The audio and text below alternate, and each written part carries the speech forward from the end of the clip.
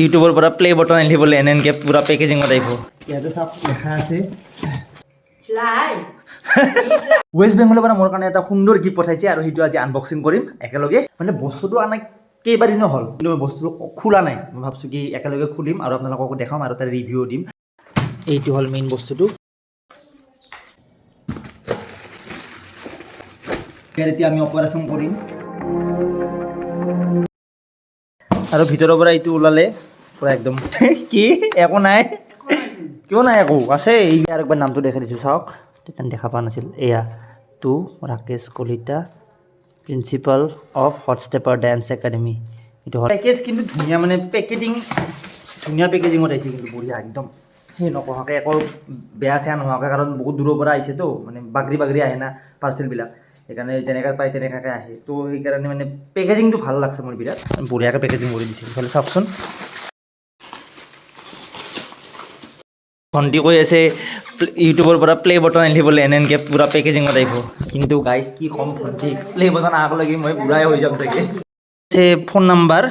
এটাই phone number যিটো phone নাম্বাৰত কণ্টেক্ট কৰিব পাৰিম কিবা প্ৰব্লেম হ'লে এইখিনি আছে মানে ফৰ্ম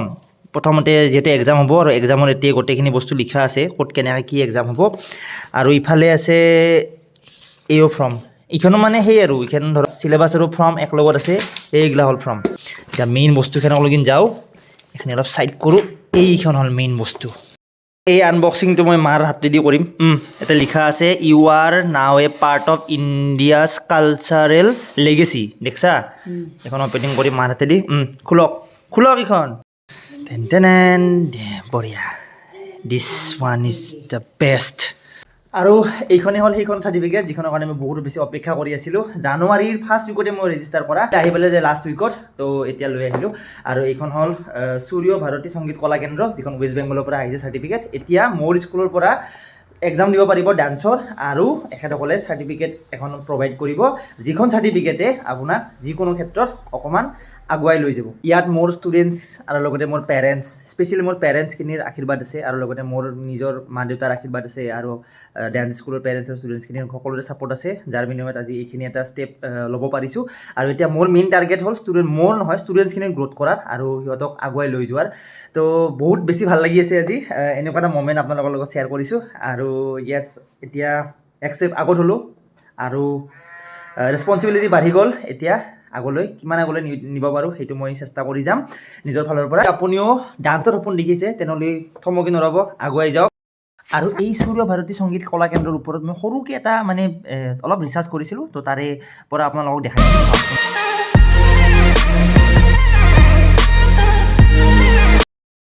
আৰু একবাৰ অপেনিং কৰি দিওঁ এয়া চাওক এইখন হ'ল মেইন চাৰ্টিফিকেট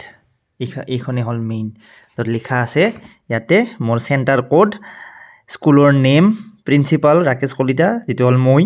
আৰু এড্ৰেছ এয়া গোটেইখিনি তেওঁ অল অভাৰ এইখিনি গোটেই লিখা আছে ডিটেইলছত থেংক ইউ ছ' মাছ সূৰ্য ভাৰতী সংগীত কলা কেন্দ্ৰ আৰু ইমান ধুনীয়া ৰেছপন্স মানে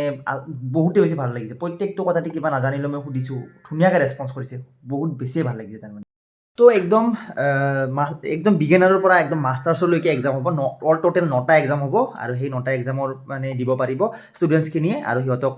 তাৰে পৰা চাৰ্টিফিকেট দিয়া হ'ব আৰু লগতে এক্সামিনাৰো আহিব এক্সাম ল'ব আৰু লগতে গ্ৰেড ছিষ্টেম হ'ব মানে সেই হিচাপত যিখিনি স্কিলছ দেখাব পাৰে চিলেবাছত যি থাকে সেই ভিত্তিত পৰীক্ষা হ'ব আৰু তাৰে ওপৰত মানে গ্ৰেড দিয়া হ'ব গ্ৰেড ৱাইজ তো এটা অলপ দীঘলীয়া প্ৰচেছ কিন্তু এই প্ৰচেছটোৰ দ্বাৰা সেই ডান্সাৰজনৰ এটা ভৱিষ্যত থাকিব এটা প্ৰুফ থাকিব যে ডান্সৰ জৰিয়তে কিবা এটা কৰিব পাৰিছে বা যিকোনো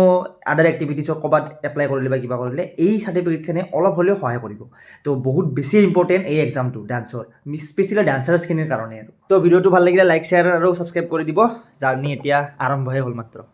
মেইন কেছটো কি জানে নাই আজিকালি ডান্স শিকিতো থাকে নৰ্মেলি বাট কুৱেশ্যন এটা কৰে যে কিবা চাৰ্টিফিকেট পাম না নাই যাতে মানে এটা প্ৰুফ থাকে যে কিবা শিকি আছে ক'ৰবাত ইনষ্টিটিউট এখনে শিকি আছে বা